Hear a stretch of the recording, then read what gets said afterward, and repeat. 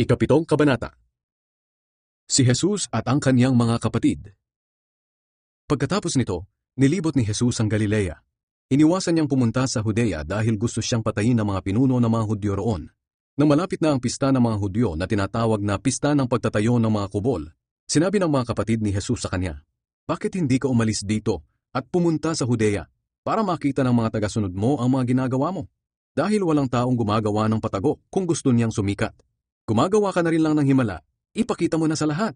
Sinabi ito ng mga kapatid ni Jesus dahil kahit sila ay hindi sumasampalataya sa kanya. Kaya sinabi ni Jesus sa kanila, "Hindi pa ngayon ang panahon para sa akin. Pero kayo, pwede niyong gawin kahit anong oras ang gusto ninyo. Hindi sa inyo napupuot ang mga taong makamundo.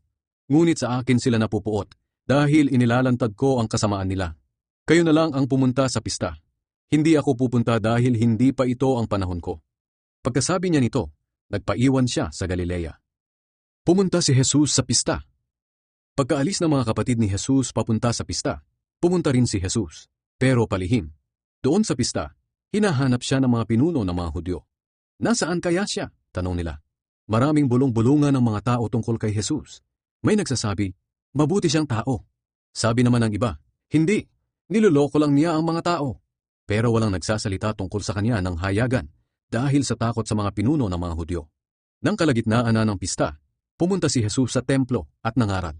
Namangha sa kanya ang mga pinuno ng mga Hudyo at sinabi nila, "Paano niya nalaman ang mga bagay na ito?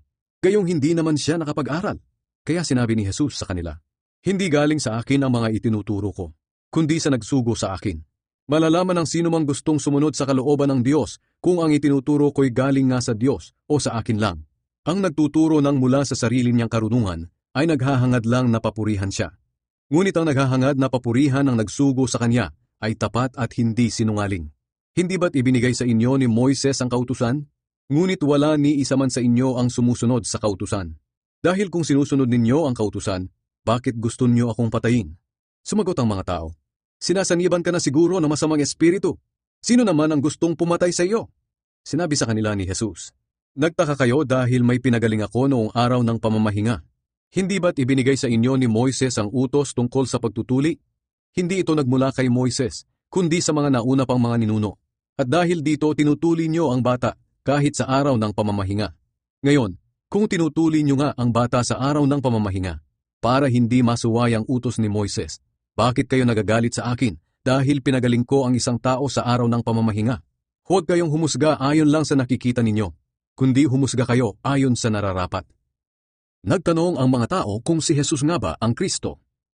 Sinabi ng ilang taga-Jerusalem, "Hindi ba ito ang taong gustong patayin ng mga pinuno natin? Pero tingnan ninyo, lantaran siyang nangangaral at walang sinasabi ang mga pinuno laban sa kanya. Baka kinikilala na nilang siya ang Kristo, pero alam natin kung saan siya nanggaling. Pero ang Kristo na darating ay walang nakakaalam kung saan siya manggagaling." Habang nagtuturo si Jesus sa templo, sinabi niya ng malakas, "Totoo bang kilala ninyo ako at kung saan ako nanggaling?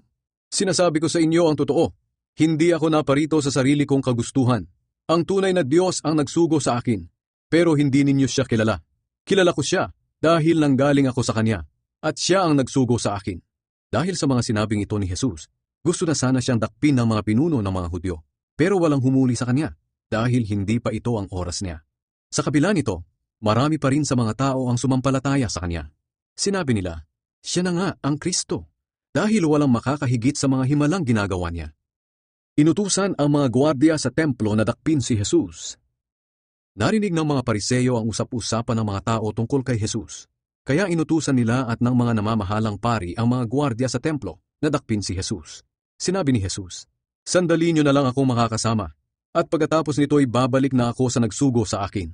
Hahanapin niyo ako, pero hindi niyo makikita, dahil hindi kayo makakapunta sa pupuntahan ko." Nagtanungan ng mga pinuno ng mga Hudyo, "Saan kaya niya balak pumunta? At hindi na raw natin siya makikita.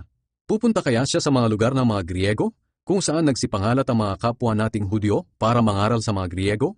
Bakit kaya niya sinabing, 'Hahanapin ninyo ako ngunit hindi ninyo ako makikita dahil hindi kayo makakapunta sa aking pupuntahan?'"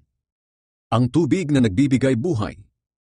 Nang dumating ang huli at pinakamahalagang araw ng pista, tumayo si Jesus at sinabi ng malakas, "Ang sinumang nauuhaw ay lumapit sa akin at uminom. Sapagkat sinasabi sa kasulatan na dadaloy ang tubig na nagbibigay buhay mula sa puso ng sumasampalataya sa akin. Ang tubig na tinutukoy ni Jesus ay ang banal na espiritu na malapit ng tanggapin ng mga sumasampalataya sa Kanya. Hindi pa na ipagkakaloob ang banal na espiritu ng panahong iyon dahil hindi pa nakabalik sa langit si Jesus. Ang paniniwala ng mga tao tungkol kay Jesus. Maraming tao ang nakarinig sa sinabing iyon ni Jesus at sinabi ng ilan sa kanila, "Siya na nga ang propeta na hinihintay natin." Sinabi naman ng iba, "Siya na nga ang Kristo." Pero may nagsabi rin, "Hindi siya ang Kristo dahil hindi maaaring manggaling ang Kristo sa Galilea. Hindi ba't sinasabi sa kasulatan na ang Kristo ay manggagaling sa lahi ni Haring David at ipapanganak sa Bethlehem na bayan ni David?"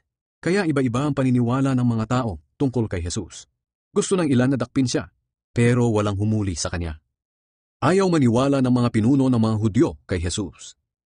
Bumalik ang mga guwardiya ng templo sa mga namamahalang pari at mga pariseyo na nag-utos sa kanila na dakpin si Jesus. Tinanong sila ng mga ito, "Bakit hindi ninyo siya dinala rito?" Sumagot sila, "Ngayon lang po kami nakarinig ng katulad niyang magsalita." Sinabi ng mga pariseyo, "Kung ganoon, pati kayo ay naloko na rin ng taong iyon. May nakita na ba kayong mga pinuno o mga pariseyong sumasampalataya sa kanya? Wala.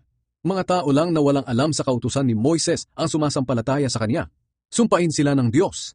Isa sa mga pariseyong naroon ay si Nicodemos, na minsang dumalaw kay Jesus. Sinabi niya sa mga kasamahan niya, "Hindi ba't labag sa kautusan natin na hatulan ang isang tao hanggat hindi siya nalilitis at inaalam kung ano ang ginawa niya?" Sumagot sila kay Nicodemos, "Taga Galilea ka rin ba? Magsaliksik ka sa kasulatan at makikita mong walang propetang nanggagaling sa Galilea." Pagkatapos nito, nag-uwian na silang lahat.